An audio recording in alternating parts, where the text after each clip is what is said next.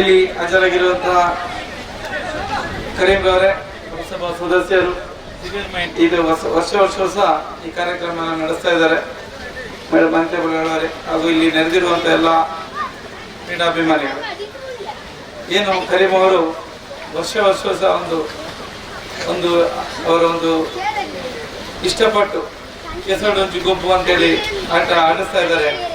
ಅದು ಅವ್ರಿಗೆ ಮಾತ್ರ ಅಲ್ಲ, ಎಲ್ಲ ಸಾರ್ವಜನಿಕರು ಎಲ್ಲರೂ ಸಹ ಸೌಹಾರ್ದತೆಯಿಂದ ಬದುಕಬೇಕು. ವರ್ಷದ ಒಂದ್ಸತಿ ಈ ಕೆಸರಲ್ಲಿ ಆಟ ಆಡಿ ನಮ್ಮ ಸೌಹಾರ್ದತೆಯನ್ನು ಮೆರಿಬೇಕು ಅನ್ನೋ ಉದ್ದೇಶದಿಂದ ಅವರು ಆಟ ಆಡಿಸ್ತಾ ಇದ್ದಾರೆ. ಅವರ ಈ ಆಟ ಈ ಏನು ಕೆಸರಡೊಂಚು ಆಟ ಆಡಿಸ್ತಾ ಇದ್ದಾರೆ, ಇನ್ನು ಉಜ್ವಲವಾಗಿ ಮುಂದುವರಿಯಲಿ, ಅವ್ರಿಗೆ ಒಳ್ಳೇದಾಗಲಿ ಅಂತೇಳಿ ಹಾರೈಸುತ್ತಾ ನನ್ನ ಮಾತನ್ನು ಮುಗಿಸ್ತೇನೆ. ಜೈ ಜೈ ಕರ್ನಾಟಕ.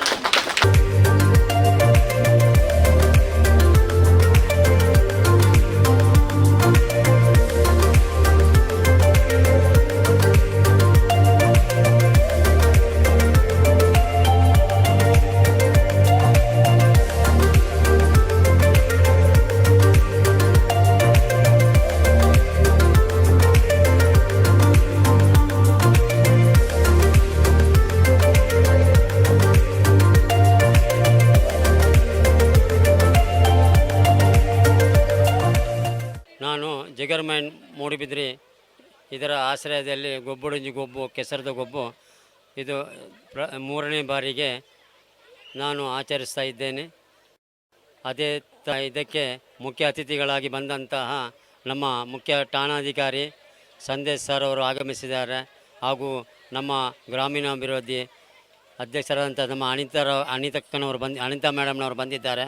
ಅವರಿಗೂ ಕೂಡ ನಾನು ತುಂಬ ಹೃದಯದ ಸ್ವಾಗತವನ್ನು ಬಯಸ್ತೇನೆ. ಅದೇ ಥರ ನಾನಾ ಥರದ ಈ ಕ್ರೀಡೋತ್ಸವಕ್ಕೆ ನಾನು ತುಂಬ ಹೃದಯದ ಸ್ವಾಗತವನ್ನು ಕೋರುತ್ತೇನೆ ಹಾಗೂ ಧನ್ಯವಾದವನ್ನು ಕೂಡ ಕೋರುತ್ತೇನೆ.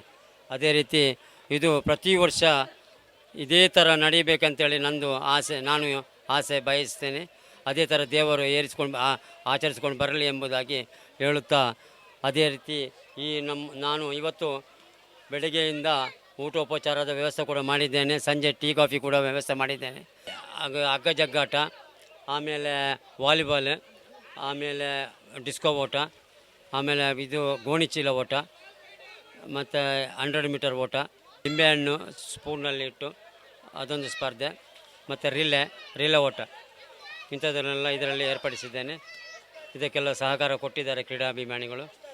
ಆದಷ್ಟು ಹೆಚ್ಚಿನ ಜನಸಂಖ್ಯೆಯಲ್ಲಿ ಬಂದಿದ್ದಾರೆ. ಅದೇ ಮುಂದಕ್ಕೂ ಇನ್ನು ಪ್ರತಿ ಸಲ ಇದೇ ಥರ ದೇವರು ನನಗೆ ದೀರ್ಘಕಾಲ ಆಯುಷ್ಯವನ್ನು ಕೊಡಲಿ, ಅದೇ ಥರ ಆಚರಿಸಿಕೊಂಡು ಬರುತ್ತಾ ಇರಲಿ ಎಂಬುದಾಗಿ ಹೇಳುತ್ತಾ ನಾನು ದೇವರಲ್ಲಿ ಪ್ರಾರ್ಥಿಸ್ತಾ ಈ ನನ್ನ 2 ಮಾತನ್ನು ಮುಗಿಸ್ತೇನೆ. ಜೈ ಹಿಂದ್, ಜೈ ಕರ್ನಾಟಕ.